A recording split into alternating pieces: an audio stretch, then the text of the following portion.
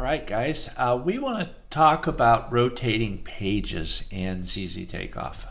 We had a request for this the other day, and it's actually already been built into ZZ, and I wanted to kind of show you how to do that, okay?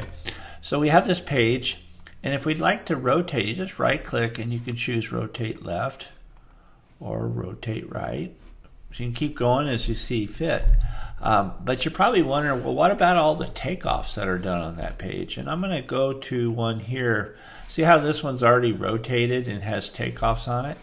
If I go ahead and just rotate it to the right, the takeoffs stay with it. Okay, that is a neat feature in zzTakeoff that others, I believe, don't have. So anyways, if you have any questions, reach out. We have the chat box down here on the corner.